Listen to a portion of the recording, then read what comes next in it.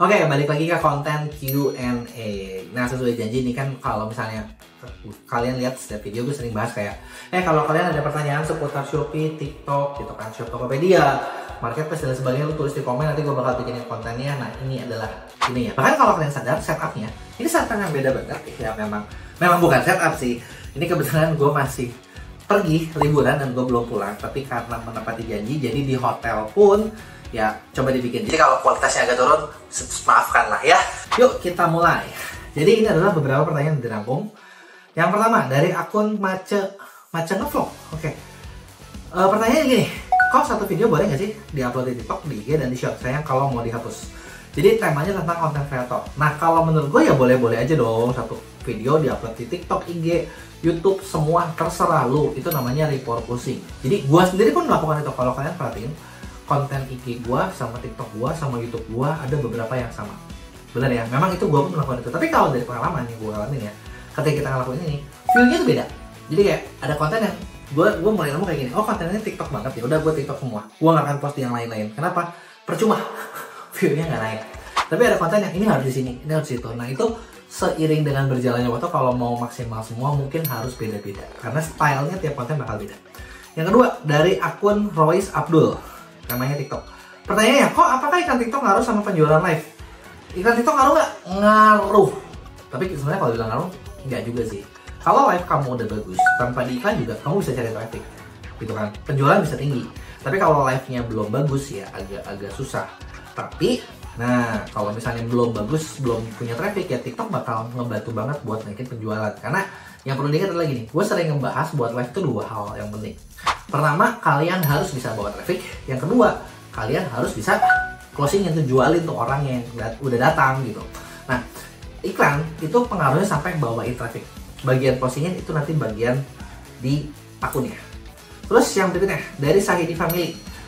Kok cara cairin dana dari TikTok Shop untuk kreator itu gimana? Dan itu dapetnya dari video yang ada keranjang kuning aja atau semua video? Jadi gini, cara cairin dana dari TikTok itu ada beda-beda sebenarnya. Dananya dana apa dulu nih? Dana akun affiliate itu beda sama misalnya lu bikin series.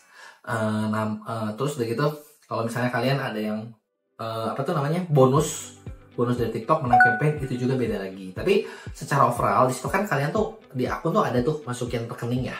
Masukin rekening kalau affiliate itu, kalau series itu masukin akun PayPal, lu masukin di situ. Nanti bisa dicairin.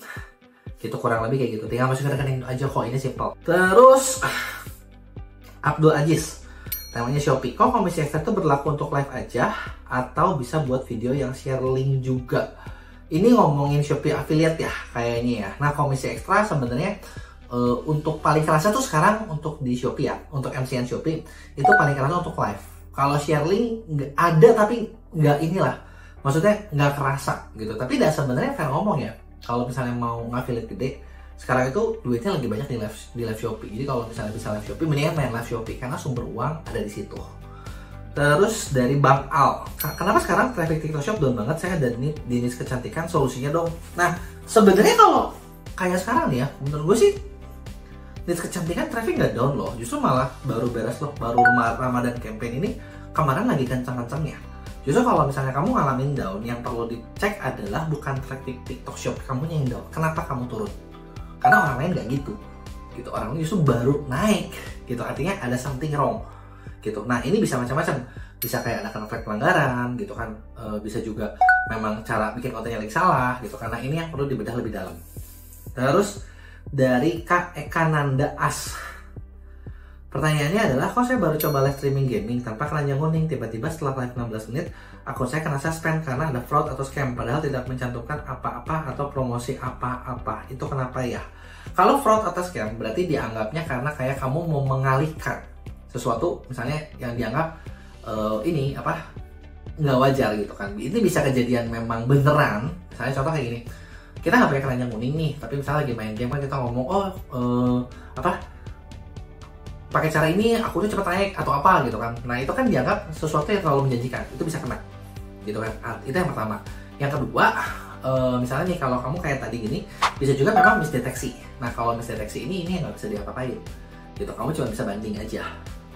Terus akun Selamatika, kok ada tips cara menentukan target market atau dengan riset pasca di e-commerce, pasar di e-commerce untuk melihat barang yang laku terjual bisa membantu memutuskan target market yang kita tuju. Sebenarnya gini, kalau buat nentuin target market, menurut gue sih jangan lihat yang memang udah rame.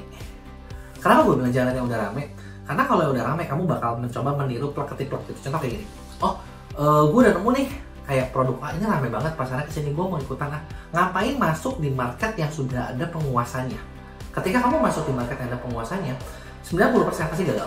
Kenapa gue bilang pasti gagal? Ya karena pasti bakal dimakan sama penguasanya gitu loh. Justru masuklah di market yang memang belum banyak penguasanya, itu belum red ocean gitu loh. Jadi ya ibaratnya masih fair gitu. Nah di situ sebenarnya kalau mau jualan lebih bagus ya dipikir dulu, dicari dulu nih, gue mau jual ke siapa ya, masalahnya apa ya. Mencari masalah baru ini biasanya lebih bagus buat nentuin target market dibandingin kayak misalnya langsung ya udahlah gue contek aja mana yang lagi bagus. Memang sih sesuatu yang lagi rame lebih gampang, tapi perlu diingat udah gede banget belum. Kalau udah ada yang giant agak susah. Terus udah gitu nama akun dari Sam Zuadi. Kok gimana cara nambah follower TikTok yang tertarget? Nambah follower TikTok yang tertarget ada beberapa cara. Cara pertama ya tentu saja dengan bikin konten yang tertarget juga. Jadi kayak ibarat gini deh, bayangin TikTok ini kayak satu kerajaan semut yang semutnya banyak banget di mana-mana ada. Terus gini, lo mau tarik semut gimana? Lo simpan gula, bener kan? Konten tuh adalah gulanya. Nah, bisa nggak lo bikin gula yang menarik buat semut itu buat datang? Nah, itu adalah PR-nya. Yang pertama. Yang kedua adalah ya lo misalnya bisa dengan kerjasama dengan misalnya kreator lain yang memang target marketnya sama, bisa gitu kan, collab. Nah, yang ketiga bisa juga misalnya ya ini lo iklan gitu kan. Sebenarnya cara buat tambah follower banyak banget sih. Yang lain juga ada yang main giveaway, ada yang mana ya beda-beda gitu. Cuman kalau gua sih ya 2-3 cara tadi lah yang menurut gua sustain. Nah, yang keempat, nama akun kesehatan kita. Kok cara melaporkan ke TikTok Shop resmi gimana ya? Cara melaporkan. Oh, pembahasan tentang penipuan di TikTok Shop. Oke, cara melaporkan ke TikTok Shop resmi. Baru ngalamin penipuan. Waduh, penipuannya kenapa nih? Tapi gini, kalau ke TikTok Shop resmi sebenarnya ya lo bisa cari sih di Google juga mungkin ada ya akun kontak center si TikToknya atau TikTok Shopnya, atau misalnya lihat di shop.tiktok.com itu kan suka ada kontak asnya by email. Cuman sistemnya race ticket gitu kan, susah juga gitu. Maksudnya kalau misalnya pengen ada AM atau apa itu tuh baru bisa didapetin kalau ya tokonya udah gede. Kalau tokonya belum gede ya nggak bisa gitu. Atau misalnya paling gampang ya masuk ke agensi yang memang punya AM kuat. Contoh gini, kita juga di Meta termasuk salah satu top TSP, TikTok Shop Partner. Jadi kita punya AM yang posisinya kuat. Artinya ketika buat ngurusin apapun, itu buat kita gampang banget dibandingin sama TikTok Shop Partner yang lain. Kalau misalnya yang belum nyampe top level. Karena di TikTok itu benar-benar ada leveling. Jadi kayak level bawah, tengah, atas gitu kan. Kalau di bawah ya gimana ya? Jadi kayak satu AM itu bisa pegang banyak banget yang kecil-kecil. Nanti yang di tengah AM-nya tetap jumlahnya tapi orangnya lebih dikit, artinya kan mereka lebih ke manage kan. Nah yang atas itu apalagi itu VIP-nya. Nah kebenaran kita dengarnya seperti itu. Jadi ya sebenarnya kalau udah penipuan ya gue nggak bisa ngomong apa-apa. Cuman next time-nya biar nggak gitu lo bisa kerja sama dengan ya salah satunya dengan PR gitu ya. Oke, jadi itu aja pertanyaan kita hari ini gitu ya. Kalau ada lagi kalian tulis di komen, nanti gue bakal bikin video seperti ini lagi. Oke, see you.